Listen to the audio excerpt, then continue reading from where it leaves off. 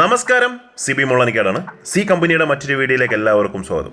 കഴിഞ്ഞ ദിവസം ഞാൻ ബാംഗ്ലൂരിൽ നിന്ന് വന്നൊരു വീഡിയോ ഇട്ടിരുന്നു. അതിൽ വത്തിക്കാൻ്റെ നോട്ട് കാണിച്ചപ്പോൾ പലരും മെസ്സേജ് ഇട്ടിരുന്നു, കമൻറ്റ് ഇട്ടിരുന്നു, അതുകൂടാതെ മെസ്സേജ് ഇട്ടിരുന്നു.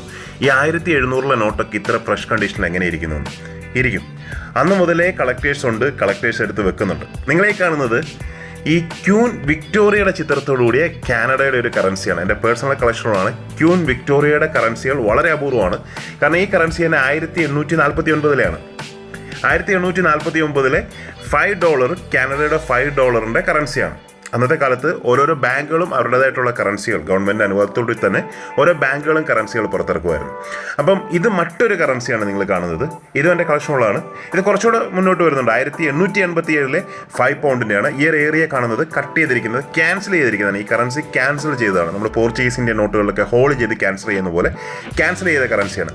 അപ്പോൾ ഇത്തരം പഴക്കമുള്ള നോട്ടുകൾ എൻ്റെ പേഴ്സണൽ കളക്ഷനിൽ പലതും ഉണ്ട്. പക്ഷേ ചിലതൊക്കെ ലോക്കറിലായിട്ട് ഇപ്പോൾ കാണിക്കാൻ സാധിക്കുന്നില്ല. 1700 ഉണ്ട്, 1700 കറൻസിയൊക്കെ എൻ്റെ പേഴ്സണൽ കളക്ഷൻ ഉണ്ട്. ഇത് കുറച്ചുകൂടെ മോഡേണാണ്. ജർമ്മൻ കറൻസിയാണ്. 1922 തോന്നുന്നു. ജർമ്മൻ കറൻസിയാണ്. ഇത് കുറച്ച് നല്ല ഗ്രേഡാണ്. പക്ഷേ ഇതിൻ്റെ വില എന്ന് പറയുന്നത് 4000 രൂപ താഴെ പറ്റുള്ളൂ കേട്ടോ, ഈ ജർമ്മൻ കറൻസിയുടെ വില. ഇത് ഇന്ത്യയുടെ, അതായത് ബ്രിട്ടീഷ് ഇന്ത്യ ആദ്യം പുറത്തിറക്കിയ A1 എന്ന് പറയുന്നത് ആദ്യത്തെ കറൻസിയാണ് നിങ്ങൾ ഈ കാണുന്നത്. ക്യൂൻ വിക്ടോറിയയുടെ ചിത്രത്തോടു കൂടി ഈ കറൻസി വളരെ റെയറാണ്. എങ്കിലും പ്രൈവറ്റ് കളക്ടേഴ്സിൻ്റെ കയ്യിലുണ്ട്. ബാംഗ്ലൂരുള്ള പ്രൈവറ്റ് മ്യൂസിയത്തിൽ ഡിസ്പ്ലേ ചെയ്തിട്ടുണ്ട്. A1, അതായത് ഒരു രാജ്യത്തിൻ്റെ കറൻസിയുടെ ഫസ്റ്റ് കറൻസിക്ക് A1 എന്നാണ് മെൻഷൻ ചെയ്യുന്നത് കാറ്റലോഗിൽ. ഇതെൻ്റെ കയ്യിലുള്ള മറ്റൊരു കറൻസിയാണ്. അത്യാവശ്യം പഴക്കമുള്ള ഒരു കറൻസിയാണ്. ഇത് സർദീനിയ, അതായത് ഇപ്പോഴത്തെ ഇറ്റലിയുടെ ഭാഗമായിട്ടുള്ള സർദീനിയ. കുറച്ച് ടൈറ്റാണ്, ഞാൻ എടുക്കുന്നില്ല, കവർ മൊത്തത്തിൽ ഊരി എടുത്ത് കാണിക്കാം. കിങ്ഡം ഓഫ് സർദീനിയയുടെ കറൻസിയാണ്. 1796 100 ലിറയുടെ കറൻസിയാണ്. ഒരു വൈറ്റ് പേപ്പർ പോലെയുള്ള ഒരുതരം ബോണ്ട് പേപ്പറിലാണ് ഇത്തരത്തിൽ കറൻസികളൊക്കെ ആ രീതിയിലോ അന്നത്തെ കാലത്തുണ്ടായിരുന്നത്. കൂടാതെ ഇതിലൊരു സ്റ്റാമ്പിംഗ് ഉണ്ടാവും, ഒരു പ്രത്യേക ക്യാൻസലേഷൻ പോലെ ഒരു സ്റ്റാമ്പിംഗ് ഉണ്ടാവും ഇതിൽ. ഇതിൻ്റെ ബാക്ക് സൈഡ് നിങ്ങൾക്ക് കാണാൻ നമ്മുടെ ഈ കൊറിയറൊക്കെ അയക്കുന്ന കവർ പോലെ ഇങ്ങനെ നൂല് പോലെ ഒരു പ്രത്യേക ഡിസൈനിലാണ്, പേപ്പർ തന്നെയാണ്, ഒരു പ്രത്യേക ഡിസൈനിലാണ് ഈ കറൻസി ഉള്ളത്. 1796 സർദീനിയ, കിങ്ഡം ഓഫ് സർദീനിയ, ഇന്ന് ഇറ്റലിയുടെ ഭാഗമാണ്, അന്ന് സെപ്പറേറ്റ് ഒരു പ്രൊവിൻസ് പോലെയായിരുന്നു. ഇതെല്ലാം പറയാൻ മറ്റൊരു കാരണമുണ്ട്. ഇന്ന് എനിക്കൊരു പാക്കേജ് വന്നിട്ടുണ്ട്. ഫോറിനിൽ വന്നൊരു സാധനമാണ്, ഫെഡെക്സ് വഴി വന്നൊരു സാധനമാണ്. അതെൻ്റെ കയ്യിൽ കിട്ടിയത് ലോക്കൽ കൊറിയർ വഴിയാണ് കിട്ടിയത്. ഇത് എന്താണെന്ന് ചോദിച്ചു കഴിഞ്ഞാൽ ഫ്രാൻസിൻ്റെ കറൻസിയുടെ അൺകട്ട് ഷീറ്റാണ്. അതായത് ഫ്രാൻസിൻ്റെ 50 സൊളസ് എന്ന് പറയുന്ന ഒരു കറൻസിയുടെ 20 നോട്ടുകളുടെ കട്ട് ചെയ്യാത്ത ഷീറ്റാണ്.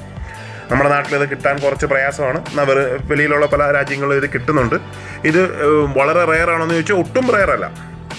കോമൺ ആണോ എന്ന് ചോദിച്ചാൽ കോമൺ ആണ്, പക്ഷേ നമ്മൾ അന്വേഷിച്ച് കണ്ടെത്തണം. ഇതാരും അങ്ങനെ എക്സിബിഷനുകളൊക്കെ കൊണ്ടുപോകാറില്ല. അതായത് ഡീലേഴ്സൊന്നും സാധാരണ ഇത് വിൽക്കാനായിട്ട് കൊണ്ടുവരില്ല. കാരണം ഹാൻഡിലിങ്ങിൻ്റെ പ്രശ്നം കൊണ്ടാണ്.